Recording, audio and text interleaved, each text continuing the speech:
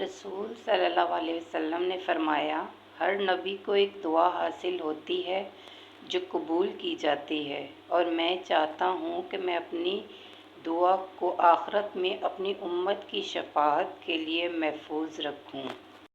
نبی کریم صلی اللہ علیہ وسلم نے فرمایا کہ ہر نبی نے کچھ چیزیں مانگیں، یا فرمایا کہ ہر نبی کو ایک دعا دی گئی۔ جس چیز کی اس نے دعا مانگی پھر اسے قبول کیا گیا، لیکن میں نے اپنی دعا قیامت کے دن اپنی امت کی شفاعت کے لیے محفوظ رکھی ہوئی ہے۔ سبحان اللہ۔ نبی کریم صلی اللہ علیہ وسلم رات میں تہجد کی 11 رکعت پڑھتے تھے، پھر جب فجر طلوع ہو جاتی تو وہ ہلکی رکعت سنت فجر پڑھتے، اس کے بعد آپ دائیں پہلو لیٹ جاتے،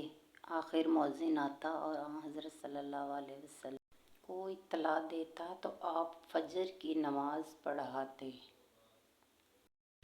جب رسول اللہ رات میں اپنی خوابگاہ پر جاتے تو کہتے، اے اللہ، میں نے تیرے ہی نام سے مرتا ہوں اور تیرے ہی نام سے زندہ ہوتا ہوں، اور جب بیدار ہوتے تو فرماتے، تمام تعریفیں اس کے لیے ہیں جس نے ہمیں موت کے بعد زندگی بخشی اور اسی کی طرف ہم کو لوٹ کر جانا ہے۔ نبی کریم صلی اللہ علیہ وسلم کی خدمت میں اگر کوئی شخص صدقہ لاتا تو حضرت صلی اللہ علیہ وسلم فرماتے کہ اے اللہ، فلاں کی آل اولاد پر اپنی رحمتیں نازل فرما۔ میرے والد صدقہ لائے تو حضرت صلی اللہ علیہ وسلم نے فرمایا